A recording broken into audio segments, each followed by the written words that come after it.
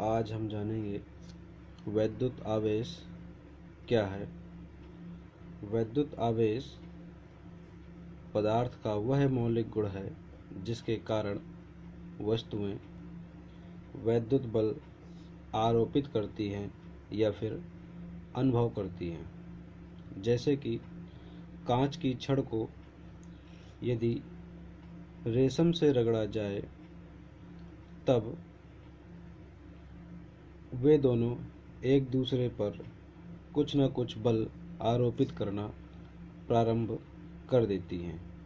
इसी प्रकार रबड़ की छड़ को यदि फर से रगड़ा जाए तब उस पर भी कुछ न कुछ बल का अनुभव होता है। ठीक, आवेशों के प्रकार के बारे में अगर बात की जाए तो प्रमुखतया आवेश दो प्रकार के होते हैं जो प्रयोगों द्वारा पाए गए हैं, जिनमें से पहला है धन आवेश। धन आवेश यह प्राप्त होता है, जैसे एग्जाम्पल के तौर पर अगर कांच की छड़ को रेशम से रगड़ा जाए तब उसमें जो आवेश उत्पन्न होता है वह धनात्मक होता है। ठीक, धन आवेश में इलेक्ट्रॉन यदि वस्तु धनावेशित है तब उस वस्तु में इलेक्ट्रॉनों की कमी पाई जाती है। ठीक, इसी प्रकार दूसरा आवेश का प्रकार है ऋणात्मक आवेश। यदि वस्तु में इलेक्ट्रॉनों की अधिकता हो तब हम कह सकते हैं कि वस्तु ऋणावेशित है। जैसे कि रबड़ की छड़ को यदि फर से रगड़ा जाए तब वह ऋणात्मक आवेशित हो जाती है।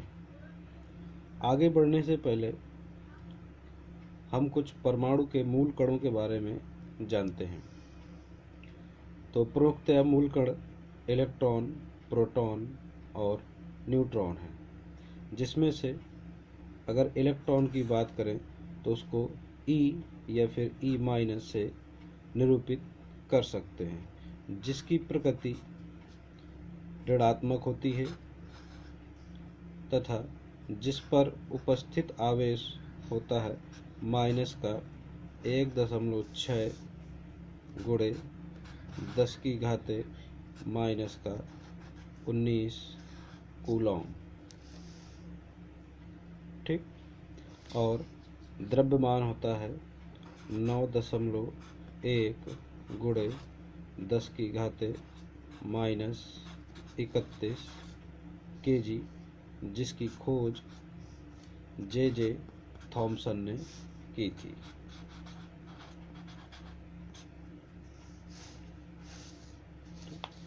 इसी प्रकार दूसरा मूल कण है प्रोटॉन। उसको लिख सकते हैं E+ या फिर p से लिख सकते हैं, जिसकी प्रकृति है धनात्मक, जिस पर आवेश होता है ठीक इलेक्ट्रॉन के बराबर परिमाण में, लेकिन प्रकृति विपरीत होती है, अर्थात +1.6 गुणे 10⁻⁻19 कूलॉम। इसका द्रव्यमान होता है 1.67 गुणे 10⁻⁻27 kg, जिसकी खोज रदरफोर्ड ने की थी।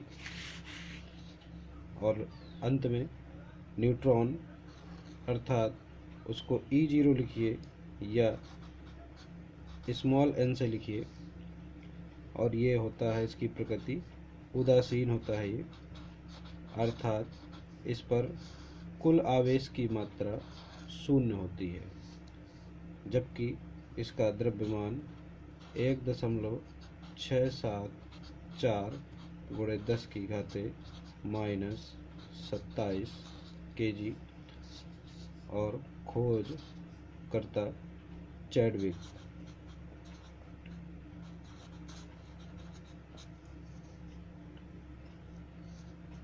अब कुछ महत्वपूर्ण बातें सीखते हैं आवेश के बारे में।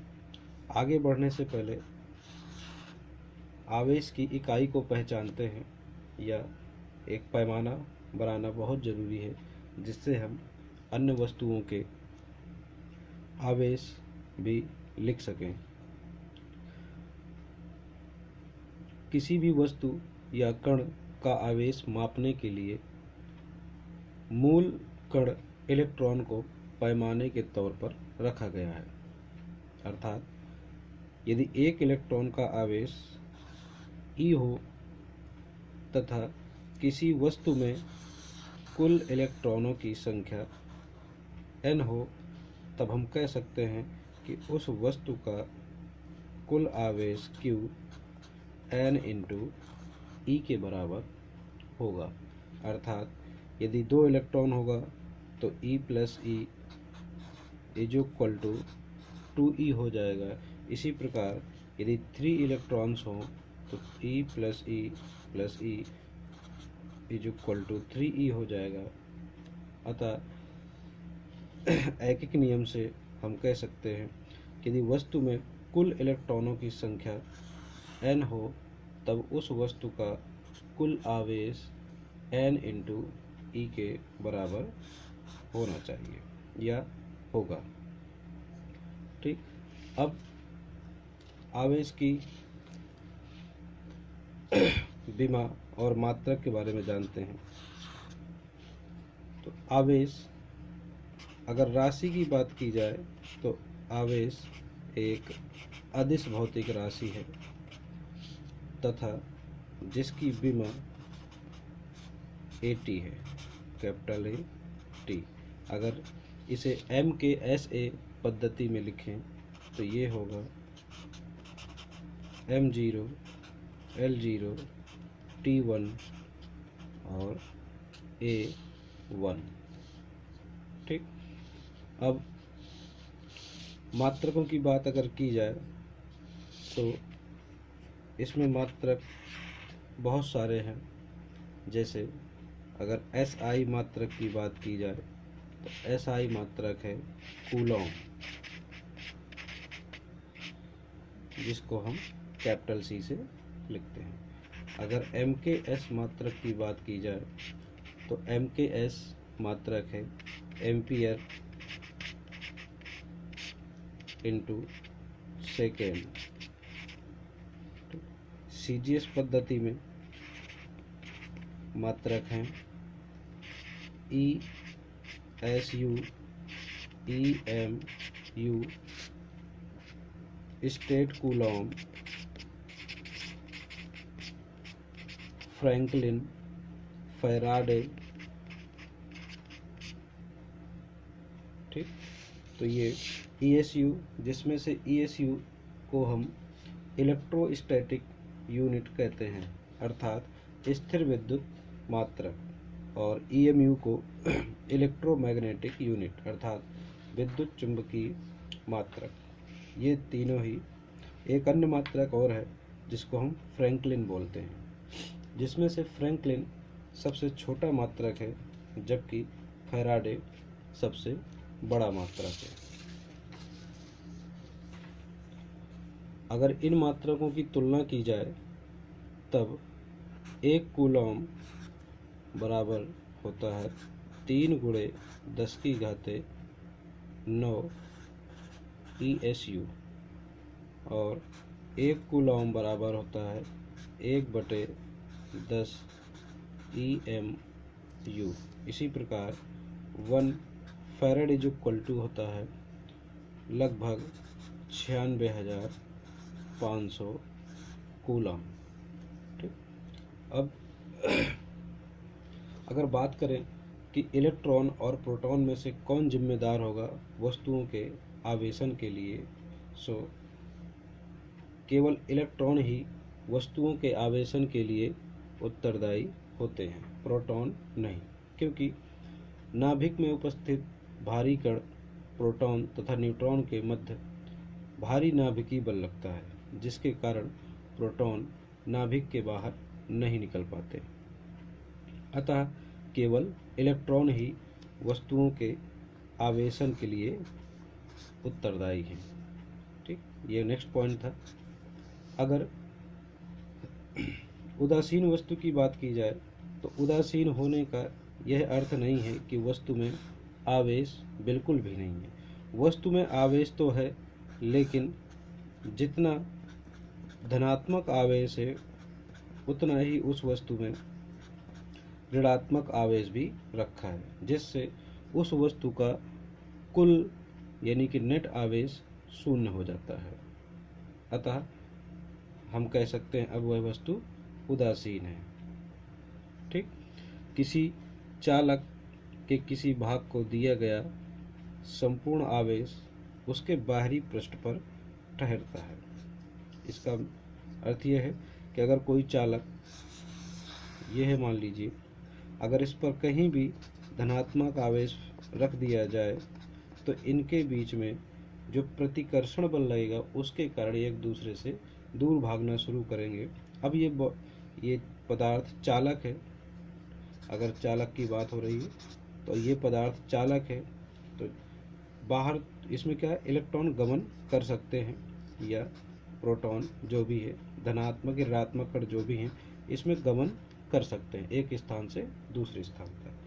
अभी यहाँ पर अगर रख दिए जाए तो क्या होगा कि इनके बीच में प्रतिकर्षण बल लगेगा, जिससे ये सभी के सभी एक दूसरे से दूर भागना शुरू कर देंगे।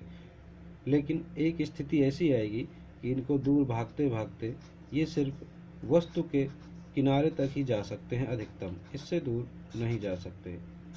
ठीक, अतः ऐसी स्थिति में क्या होगा कि चालक पदार्थ के लिए सभी के सभी आवेशित कण उस चालक पदार्थ की परिधि पर आकर ठहरेंगे और उसके भीतर नेट आवेश शून्य हो जाएगा।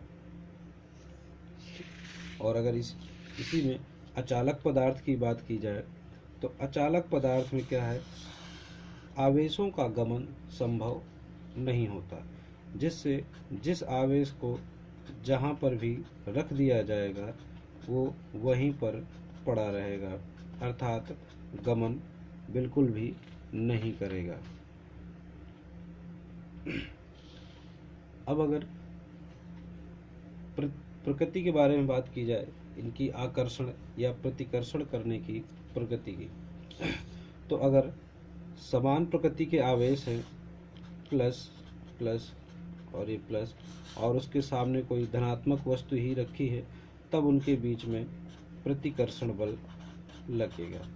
इसी प्रकार ऋणात्मक आवेशों के बीच में अगर समान प्रकृति के आवेश संपर्क में लाए जाएं तो उनके बीच में प्रतिकर्षण बल लगता है, जबकि विपरीत प्रकृति के आवेशों के बीच सदैव आकर्षण बल कार्य करता है। ठीक, अब अगर एक और महत्वपूर्ण कण है जिसको हम लोग अल्फा कण कहते हैं। अगर अल्फा कण की बात की जाए तो अगर इसका आवेश देखा जाए तो इसका आवेश प्रोटॉन के आवेश का 2 गुना होता है। अगर मान लीजिए प्रोटॉन का आवेश E+ है तो अल्फा कण का आवेश प्रोटॉन के आवेश का 2 गुना होता है और इसका द्रव्यमान प्रोटॉन के आवेश का 4 गुना होता है। Mass of proton, mass of alpha कण का द्रव्यमान बराबर होगा 4 गुना प्रोटॉन का द्रव्यमान। ठीक, और इसका लास्ट पॉइंट है वस्तुओं को आवेशित करने की सामान्यतः 3 विधियां हैं। पहली है घर्षण, यानी वस्तुओं को हम घर्षण करके भी आवेशित कर सकते हैं, जैसे कि पेन को बालों पे रगड़ना। दूसरा है चालन, चालन द्वारा भी वस्तुओं को आवेशित किया जा सकता है। तीसरा है प्रेरण, और प्रेरण का मतलब है स्थिर वैद्युत प्रेरण। ठीक, स्थिर विद्युत प्रेरण की अगर बात की जाए तो इसमें क्या होता है कि किसी आवेशित वस्तु को निरावेशित वस्तु के समीप ले जाने पर जो आवेश का पुनर्वितरण होता है, इस घटना को हम स्थिर विद्युत प्रेरण कहते हैं।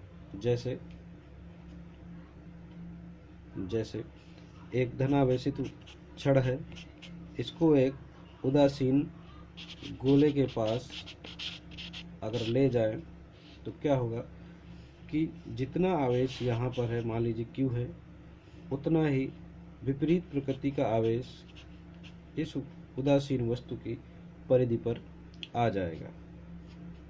और यदि वस्तु को दो भागों में बांट दें तो ठीक वस्तु के दूसरे हिस्से पर फिर से विपरीत प्रकृति का आवेश उत्पन्न हो जाएगा। इस घटना को स्थिर विद्युत प्रेरण कहते हैं।